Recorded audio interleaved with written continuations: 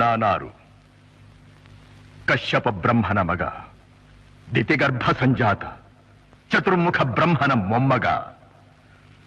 ವಿಧಾತನಿಂದ ವಿಧಿ ಬರಹವನ್ನೇ ಬದಲಾಯಿಸಿ ಮರಣವನ್ನೇ ಮೆಟ್ಟಿ ನಿಂತ ಮಹಾವೀರ.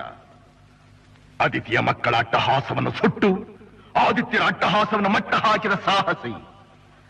ಅತಳ ಬಿತಳ ಸುತಳ ರಸಾತಳ ತಳಾತಳ ಮಹಾತಳ ಪಾತಾಳಗಳನ್ನು ಪಾದದಡಿಯಲ್ಲಿ ತುಳಿದಿಟ್ಟ ಪರಾಕ್ರಮಶಾಲಿ.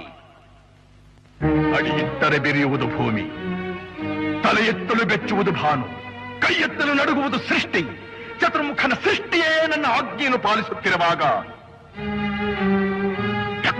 ನನ್ನ ಮಗ, ನೋ ಜನ್ಮ ಕೊಟ್ಟ ಮಗ, ನನ್ನ ವಂಶವನ್ನೇ ಬೆಳಗಬೇಕಾದ ನನ್ನ ಕುಮಾರ, ನನ್ನ ಆಶಾ ಜ್ಯೋತಿಯಿಂದ ಎಂದು ನನ್ನ ಮನಸ್ಸಿಗೆ ನೆಮ್ಮದಿಯಿಲ್ಲವೆಂದರೆ ಛೇ, ಇದೊಂದು ಬದುಕೆ, ಇದೊಂದು ಜನ್ಮವೇ, ಎಂತಹ ದುರ್ವಿಧಿ, ಇದೆಂತಹ ದುರ್ವಿಧಿ.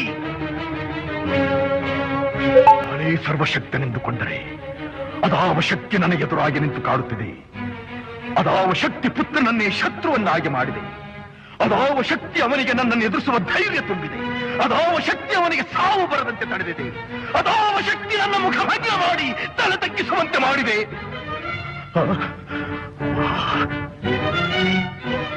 ಅವನೇ, ಆ ದುಷ್ಟನೇ, ಆ ನನ್ನ ಕುಲವೈರಿಯಾದ ಹರಿಯೇ ಇದಕ್ಕೆಲ್ಲ ಕಾರಣ. ಎಲ್ಲವೆಲ್ಲವೋ ಹರಿ, ಕಪಟಿ, ವಂಚಕಿ. ನನ್ನ ಮಗನ ಹೃದಯಾಂತರಾಳವನ್ನು ಹೊಕ್ಕು ಅವನ ತಲೆಯನ್ನು ಕೆಡಿಸಿ ಮನ ಬಂದಂತೆ ಆಡಿಸುತ್ತಿರುವೆಯಾ?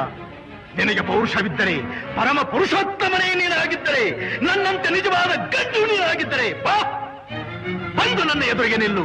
ನಿನ್ನ ಉದರವನ್ನು ಬಗೆದು ನಿನ್ನ ಕರುಳುಗಳನ್ನು ಮಾಲೆ ಹಾಕಿಕೊಂಡಿದ್ದರೆ ನಾನು ಹಿರಣ್ಯಕಶಿಪುವೇ ಅಲ್ಲ, ನಾನು ಹಿರಣ್ಯಕಶಿಪುವೇ ಅಲ್ಲ, ನಾನು ಹಿರಣ್ಯಕಶಿಪುವೇ ಅಲ್ಲ.